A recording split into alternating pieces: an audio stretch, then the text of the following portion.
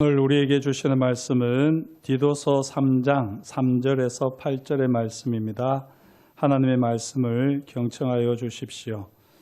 우리도 전에는 어리석은 자요, 순종하지 아니한 자요, 속은 자요, 여러 가지 정욕과 행락의 종노릇한 자요, 악독과 투기를 일삼은 자요, 가증스러운 자요, 피차 미워한 자였으나 우리 구주 하나님의 자비와 사람 사랑하심이 나타날 때에 우리를 구원하시되 우리가 행한 바 의로운 행위로 말미암지 아니하고 오직 그의 긍휼하심을 따라 중생의 씻음과 성령의 새롭게 하심으로 하셨나니 우리 구주 예수 그리스도로 말미암아 우리에게 그 성령을 풍성히 부어주사 우리로 그의 은혜를 힘입어 의롭다 하심을 얻어 영생의 소망을 따라 상속자가 되게 하려 하심이라. 이 말이 미쁘도다. 원하건대 너는 이 여러 것에 대하여 굳세게 말하라.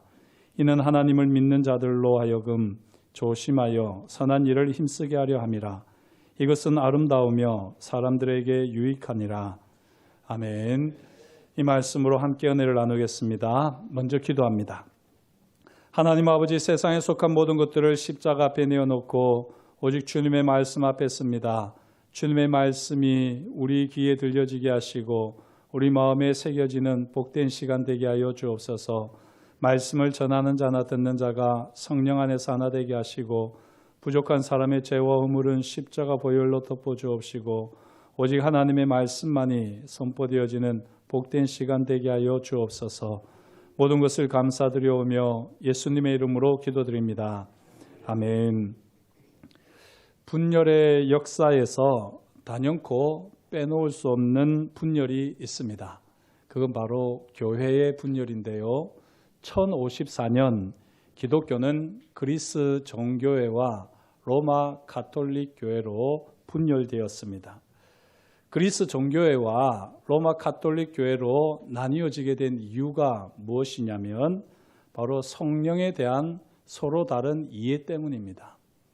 우리가 신약 성경을 보면 성령은 사랑의 줄로 하나 되게 하신다라고 분명히 말씀합니다. 사실 성령께서 하시는 가장 대표적인 사역이 화해 사역, 화목 사역, 서로 사랑하게 하는 사역인데요. 이 성령 때문에 교회가 동서로 분열되었다는 것은 참 아이러니가 아닐 수 없습니다. 동서교회가 분열되게 된 이 결정적인 사건을 필리오케 논쟁이라고 말을 합니다. 이 필리오케라고 하는 말은 라틴어인데요. 그리고 성자로부터라고 하는 뜻이 있습니다. 로마 가톨릭 교회는 성령이 아버지로부터 나온다라고 하는 이 신조 다음에 그리고 성자로부터라고 하는 이 필리오케를 첨가했습니다. 그리스 종교에는 성령이 그리스도를 통하여 아버지로부터 나온다고 믿고 있기 때문에 이 필리오케를 추가한 것에 대해서 심히 분노했습니다. 사실 성령이 어디로부터 나오는지 우리가 거기에 대해서 궁금해해야 되겠습니까? 이게 뭐 그리 중요하다고 교회가 동서로 분열될 만큼 이렇게 치열하게 논쟁을 했나라고 여겨지기도 합니다.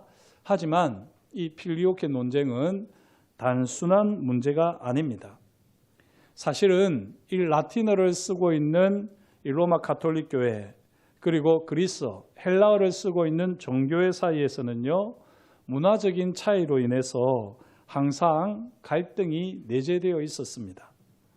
그리스 종교회는 여러 차례 세계 공의회를 열어서 동서교회의 신앙의 차이를 확인하고 또 서로를 존중하며 관계를 공고히 하고자 참 노력을 많이 했습니다. 그럼에도 불구하고 이 로마 가톨릭 교회는 세계 공의회에서 소외되기 일쑤였고요. 로마 문화의 영향력을 발판 삼아서 교황 수의권을 주장하기에 이르렀습니다. 이 교황 수의권이라고 하면 교황이 그리스도의 대리자다. 기독교 교회의 모든 목자를 대표하는 인물이 바로 교황이다 하는 것이 이 교황 수의권입니다. 이 교황 수의권을 강력하게 주장하기 위해서 하나님 아버지와 아들 예수 그리스도를 같은 권위와 지위에 두려는 속셈에서 바로 필리오케를 가톨릭 교회는 주장했던 겁니다. 그리스 종교에는 이런 로마 가톨릭 교회의 속셈을 간파하고는 대노했던 거지요.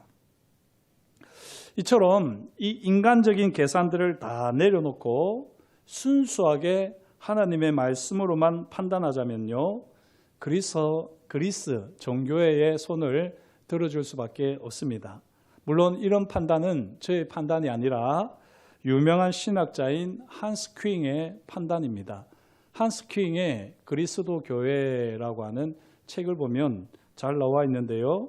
로마 카톨릭 사제였던 이 한스 퀼잉이 교황 수익권을 인정하지 않고요, 객관적이면서도 비판적으로 역사를 저술해 갑니다.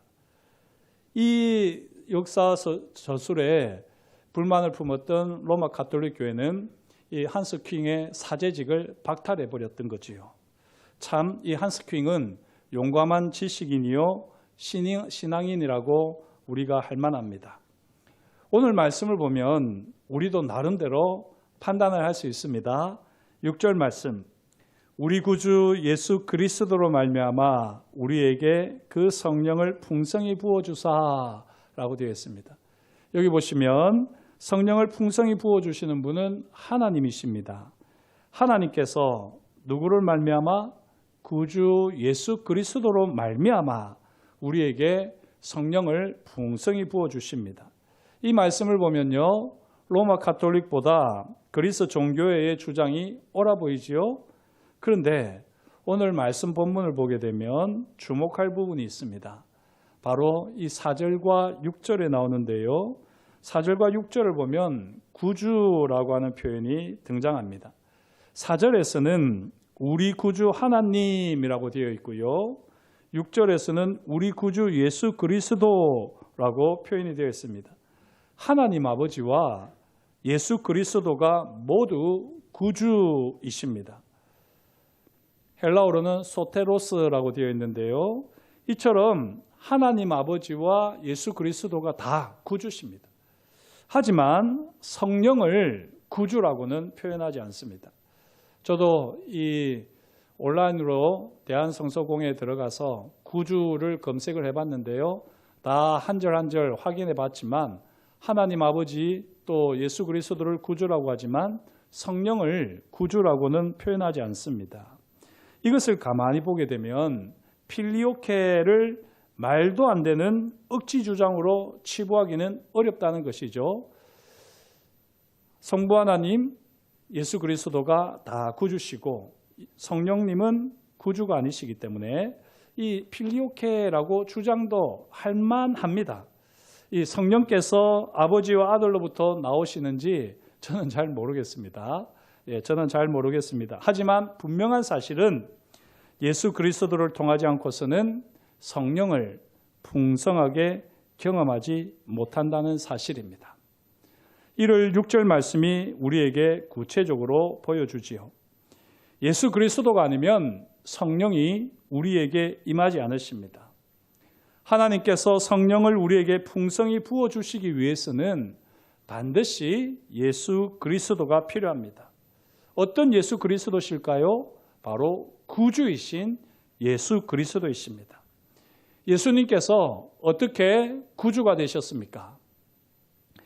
예수님께서 우리 죄를 위하여 십자가에서 죽으시고 다시 살아나셨기에 예수님께서 우리의 구주가 되셨습니다.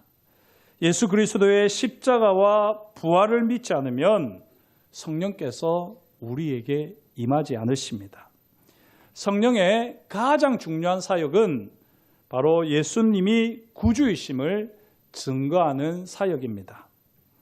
예수님께서 나의 죄를 위하여 십자가에서 죽으시고 나를 살리시기 위해서 다시 살아나셨음을 우리가 믿으면 성령께서 우리 삶에 강력하게 역사하십니다. 다시 말씀드리면 우리 삶에 성령의 역사가 풍성하게 나타납니다. 사랑하는 성도 여러분, 저와 여러분들이 예수 그리스도의 십자가와 부활을 믿음으로 성령의 강력한 역사, 풍성한 은혜를 경험할 수 있기를 축복합니다. 다시 묻습니다. 왜 우리가 성령의 임재를 강력하게 경험하지 못할까요? 그 이유는 예수 그리스도의 십자가와 부활을 온전히 믿지 않기 때문입니다.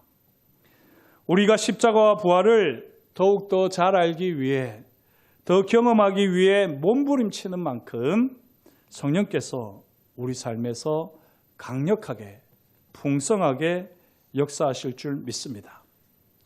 오늘 말씀을 통해서 우리는 하나님의 사랑을 구체적으로 깨닫습니다. 구약 성경을 보면 하나님의 사랑은 대표적으로 두 가지로 나타난다라고 제가 말씀을 드렸지요. 기억하십니까?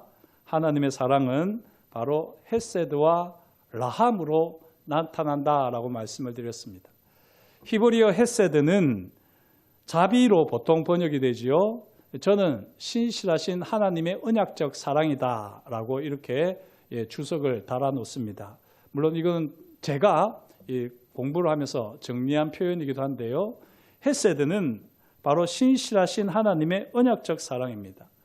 그렇다면 라함은 뭐지요? 라함은 보통 긍휼로 번역됩니다. 라함은 하나님의 무조건적인 사랑입니다. 이 두 가지 성품과 구별되는 또 다른 하나님의 사랑이 바로 일반적인 사랑인데요. 이 하나님의 사랑 세 종류가 오늘 말씀에 잘 나타나 있습니다. 4절, 5절에서 보시면 하나님의 자비와 사람 사랑하심, 그리고 긍휼하심을 봅니다. 4절에 하나님의 자비와 사람 사랑하심이 나타날 때라고 되어 있는데요. 이때가 언제일까요?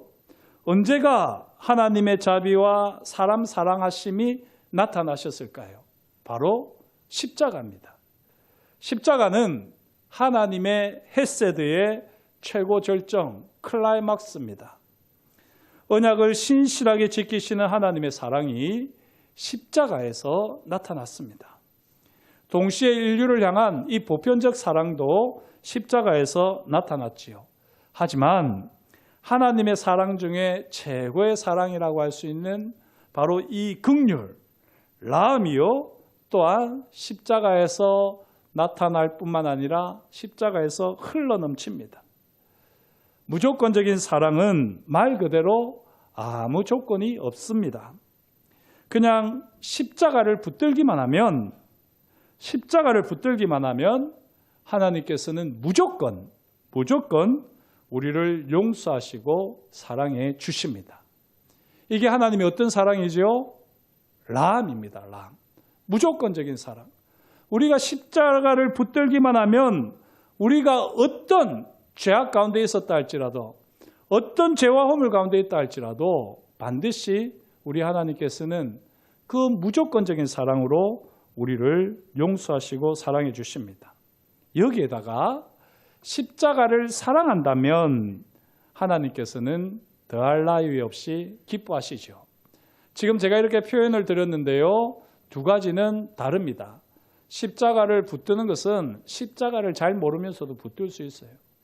그냥 십자가 붙들면 산다더라. 그래서 나는 십자가 붙든다.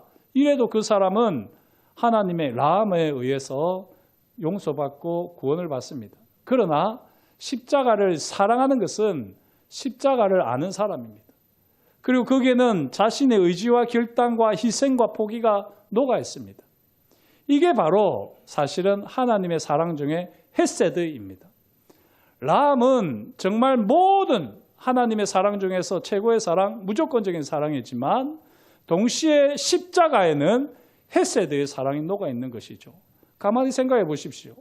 하나님의 무조건 사랑이면 예수 안 믿는 사람들도 다 구원받아야 될 것 같지만 그렇지는 않거든요. 오직 십자가를 붙드는 사람만 구원을 받습니다. 그리고 그 십자가를 사랑하는 사람을 하나님께서는 기뻐하십니다. 네가 내 약속을 소중히 여기는구나. 네가 얼마나 내가 약속대로 사랑을 베푸는 존재인지를 네가 아는구나. 그래서 하나님께서는 하나님의 헤세드로 우리의 삶을 풍성하게 만들어 가십니다. 오늘 말씀을 보면요, 하나님께서는 십자가에서 무조건적인 사랑을 보이시고 십자가를 붙드는 사람은 누구든지 중생의 씻음을 경험하게 하셨습니다. 여기 중생이 무엇이지요? 중생은 다시 태어난 뉴 버스입니다. 십자가를 무조건 붙들기만 하면 주님의 보혈이 우리의 모든 죄를 씻어주십니다. 주님의 십자가 보혈로 깨끗해지지 않을 인생이 없습니다. 이게 바로 십자가 사랑 라함입니다. 사람은 고쳐 쓰는 게 아니라고 하지요. 또 사람은 쉽게 변하지 않는다고들 말합니다. 하지만 누구든지 하나님의 긍휼, 무조건적인 사랑, 이 라함을 의지하여 십자가를 붙들기만 하면 사람들은 그 사람을 용서하지 못하고 사람들은 그 사람을 인정하지 않을 줄 몰라도 우리 하나님은 무조건적인 사랑으로 우리의 죄를 사하시고 우리의 모든 죄를 씻어 주십니다. 사랑하는 성도 여러분, 그러나 이 하나님의 무조건적인 사랑이 여기에서 끝이라고 여기시면 곤란합니다. 하나님의 무조건적인 사랑은 오늘 말씀을 보면 나와 있듯이 성령으로 새롭게 하심으로, 성령의 새롭게 하심으로 나타납니다. 성령께서 우리를 어떻게 새롭게 하실까요?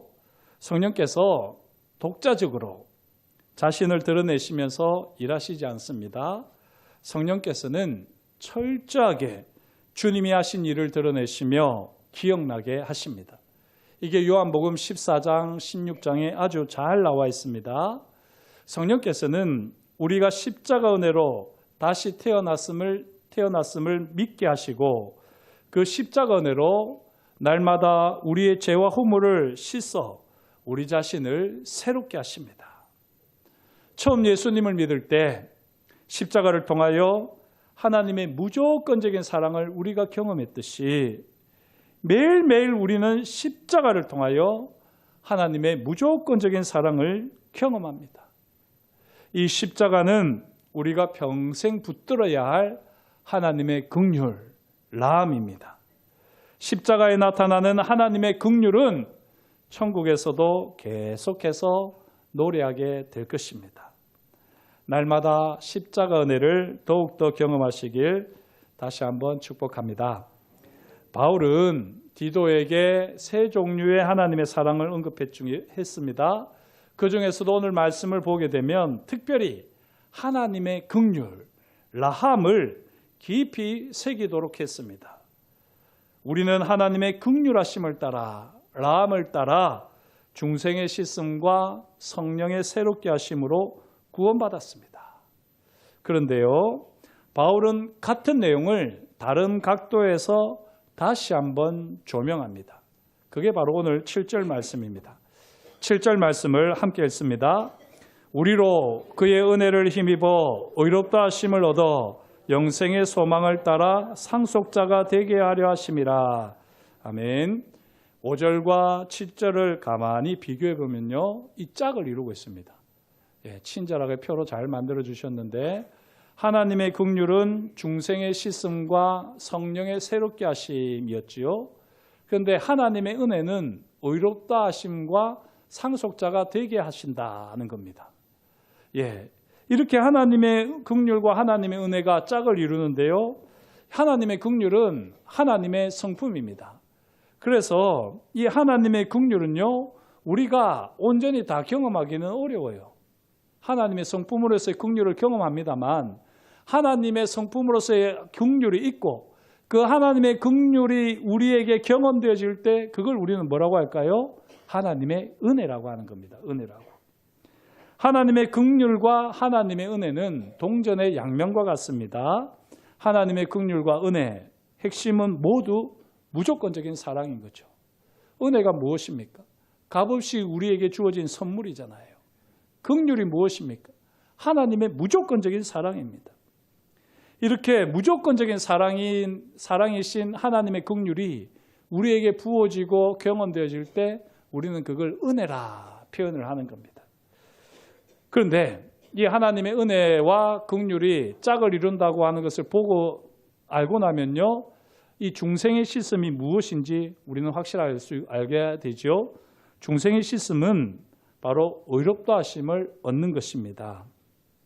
우리의 의로운 행위로 말미암지 않고 오직 예수 그리스도의 십자가를 믿고 의지함으로 우리는 의롭다 하심을 받았습니다.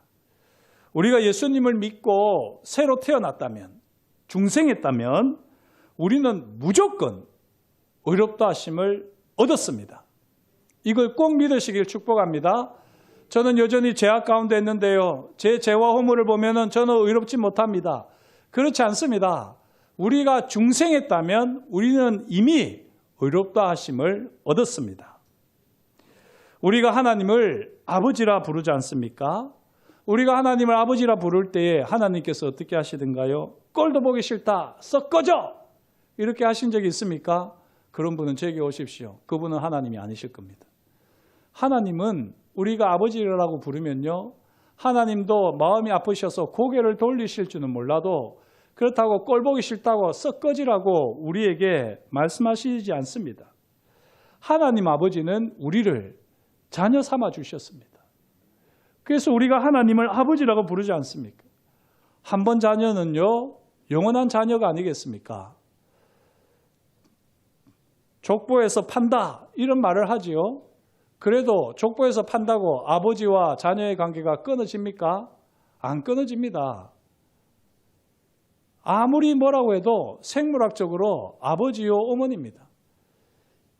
육신의 아버지 어머니는 키우기 힘들면은 버리기도 하고 떠나가기도 하겠지만요, 설령 그렇다고 해도 나를 낳으신 분은 한 분밖에 없는 겁니다. 다른 사람이 나를 낳는 것이 아니지 않습니까? 하나님 아버지와 우리와의 관계도 마찬가지입니다.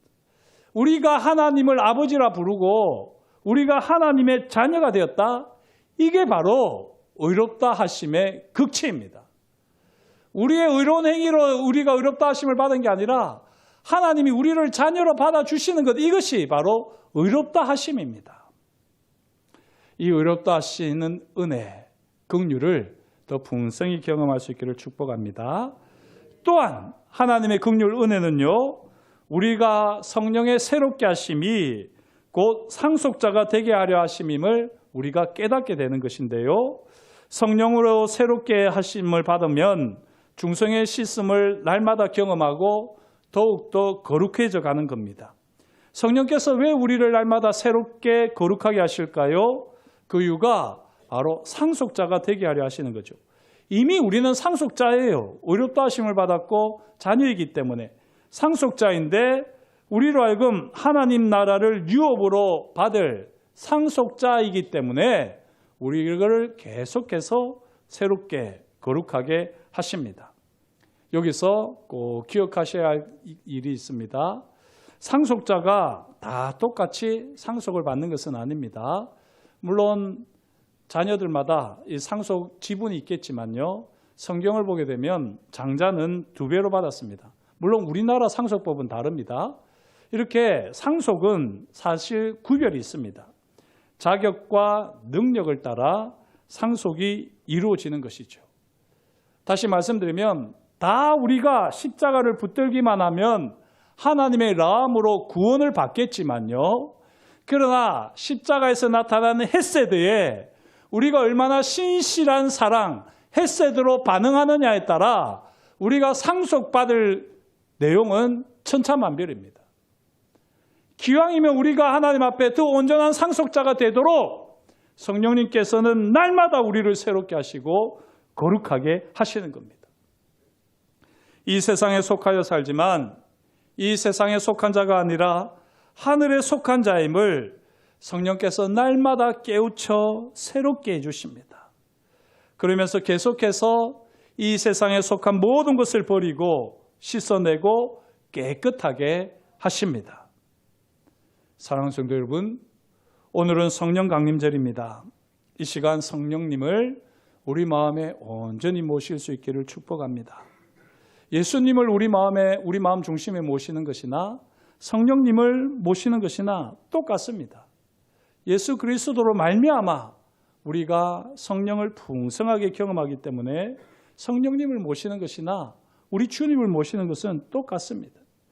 우리가 예수 그리스도의 십자가 은혜와 부활의 영광과 능력을 사모하며 이 십자가 은혜, 부활의 영광과 능력을 매일의 삶 속에서 더 생생하게 경험하기를 원하며 기도할 때 성령께서는 우리를 영생의 소망을 가진 상속자답게, 영생의 소망을 가진 상속자답게 아름답게 빚어가실 줄 믿습니다.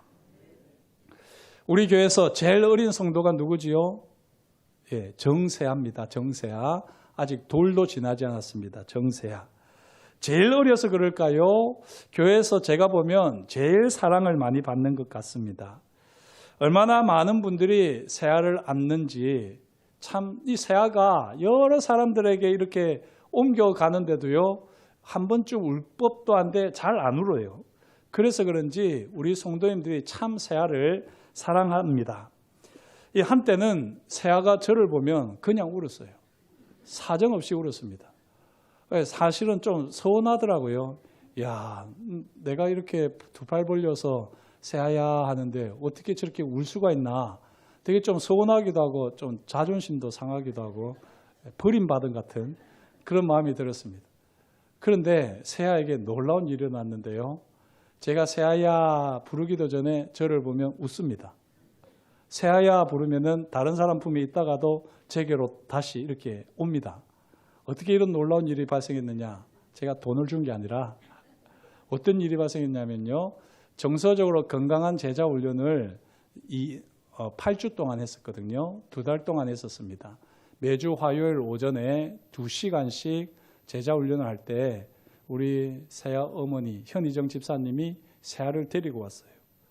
이 세아가 매 8주 동안 화요일마다 2시간씩 성경 공부를 하면서 지식이 들어갔겠습니까마는 제 목소리가 익숙해진 거예요. 제 목소리가 익숙해져서 자신의 가족들 빼고는 제 목소리가 제일 세아 귀에 많이 들린 겁니다. 그러니까 세아가 제 목소리가 들리면 이렇게 좀 살펴요.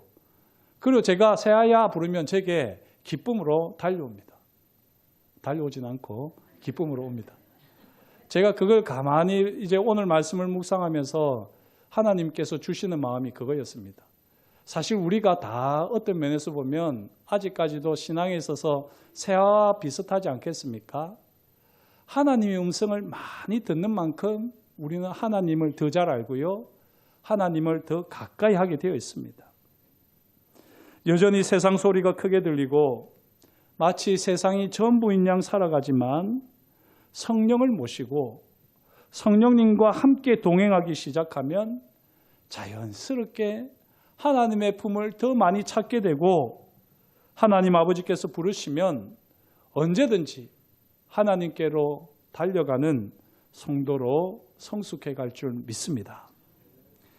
하나님의 긍휼을 하나님의 은혜로 풍성히 경험하게 하시는 분은 성령님이십니다. 성령님께서 내 안에 계시다는 확신이 없으면요. 성령님을 힘입어서 하나님을 아바 아버지라 부르면서 아무 감동이 없으면요. 심각하게 고민을 해보셔야지 됩니다. 내가 진짜 그리스도인이 맞나? 십자가 붙들고 천국에는 가겠지만 천국에 가서 내가 정말 십자가를 노래하고 십자가 이 사랑을 기뻐하고 즐거워하면서 많은 사람들과 함께 나눌 수 있겠나? 그냥 십자가 붙드는 정도가 아니라 십자가를 사랑하셔야지 됩니다.